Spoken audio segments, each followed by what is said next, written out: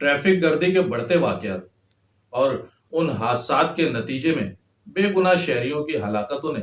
جہاں کراچی کے عوام کا صبر کا پیمانہ لبریز کر دیا، وہیں حکومت سندھ کو بھی نیند سے جگا دی۔ رواں برس 116 معصوم شہریوں کی ٹریفک گردی میں ہلاکتوں پر خواب خرگوش کے مزے لینے والی حکومت سندھ کو ہوش اس وقت آیا جب مہاجر قومی موومنٹ کے چیئرمین آفاق احمد نے اس انتہائی اہم اور حساس معاملے پر ہنگامی پریس کانفرنس کے ذریعے ڈمپر مافیا کو 48 گھنٹے کا ٹائم دیتے ہوئے الٹیمیٹم دیا کہ اگر کراچی کی سڑکوں پر ہیوی ٹریفک اپنے طے کردہ مقررہ اوقات جو کہ صبح 6 بجے سے رات 11 بجے تک کے تھے نہیں چلے گا تو ہم 48 گھنٹے بعد فیصلہ سڑکوں پر کریں گے۔ آفاق احمد کے اس فیصلے کو عوام میں اس قدر پذیرائی ملی کہ 48 گھنٹے کے بعد سڑکوں پر کارکنان ہی نہیں، عوام بھی ان ڈمپر مافیا کے خلاف احتجاج کرنے روڈوں پر نکل آئے۔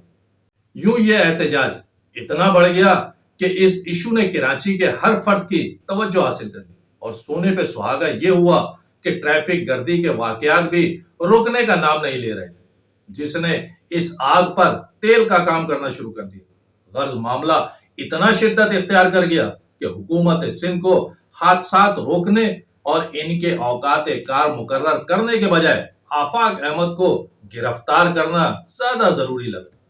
یوں آفاق احمد کو اس ایک ایشو نے ایک بار پھر کراچی کی سیاست میں ان کر دیا۔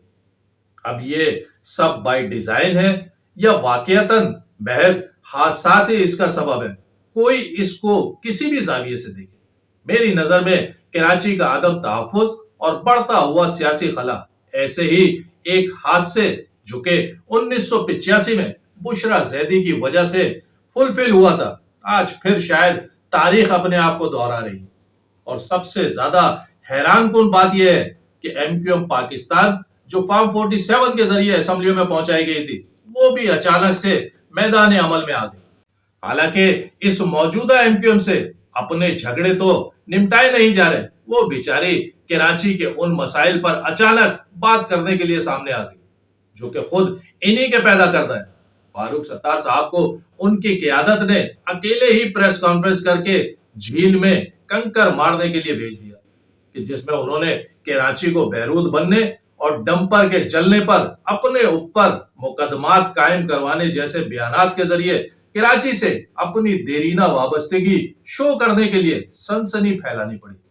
اور جب کراچی کو ان کی اس ہیجانی کیفیت پر بھی اعتبار نہ آیا تو پیپلز پارٹی کے ساتھ مل کر آل پارٹیز کانفرنس کا ڈھونگ رچایا گیا، جس میں کہ اسی فریق کو مدعو نہیں کیا گیا کہ جس کی وجہ سے یہ ایشو ملک گیر سطح پر ہائی لائٹ ہوا، یعنی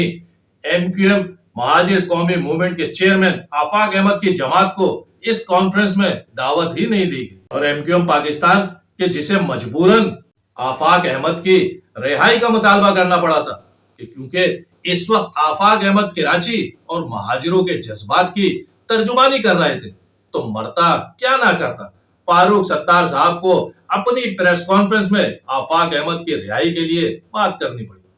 لیکن آج وہی فاروق ستار صاحب پیپلز پارٹی کی جانب سے بلائی گئی آل پارٹیز کانفرنس میں شریک ہو کر آفاق احمد کو ہی بھول گئے۔ یہی وہ منافقانہ رویے ہیں کہ جس کی وجہ سے کراچی کے لوگوں نے سیاست سے لا تعلقی اختیار کرنی شروع کر دی۔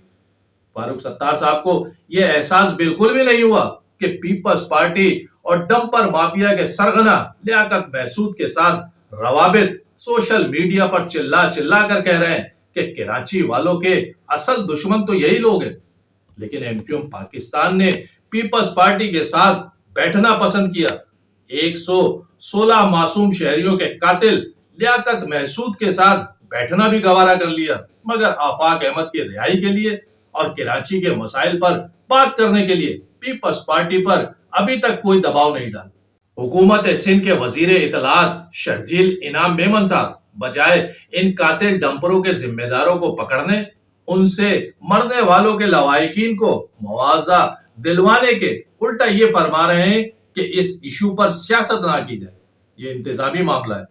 تو عوام بھی یہی مطالبہ کر رہی تھی کہ ان ہیوی ٹریفک کو ان کے طے شدہ اوقات میں سڑکوں پر لانے والی ٹریفک پولیس اور ڈسٹرکٹ پولیس کہ جس نے بھاری رشوتوں کے عوض انہیں دن کے اوقات میں معصوم شہریوں کو قتل کا لائسنس دے رکھا ہے، اور جب صرف 2.25 ماہ میں 116 شہری اپنی جانوں سے گئے، اس کے باوجود بھی کسی کو ہوش نہیں آئے۔ نہ آئی جی سندھ نے کسی S P, S S P یا ایس او کو معطل کیا۔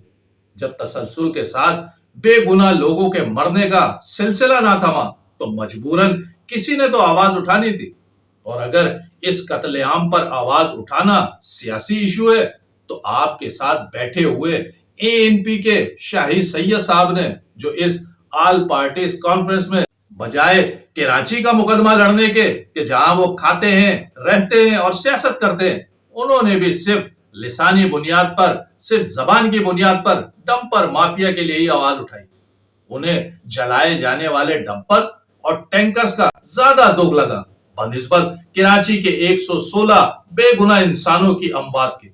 کہ جن کے گھر اجڑ گئے، بچے یتیم ہو گئے، گھر کے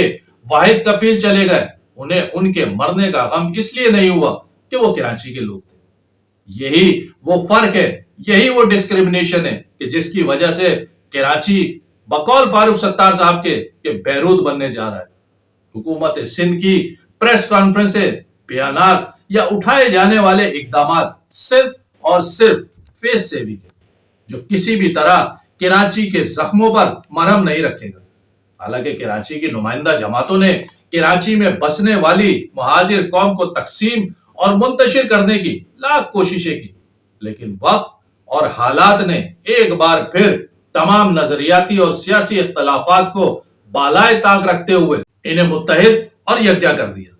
آج لوگ سوشل میڈیا پر بھی اور عملی میدان میں بھی کھول کر یہ بات کر رہے ہیں کہ آفاق احمد اور الطاف حسین کو مل کر کراچی کی باغ توڑ اپنے ہاتھ میں لینے ہوگی،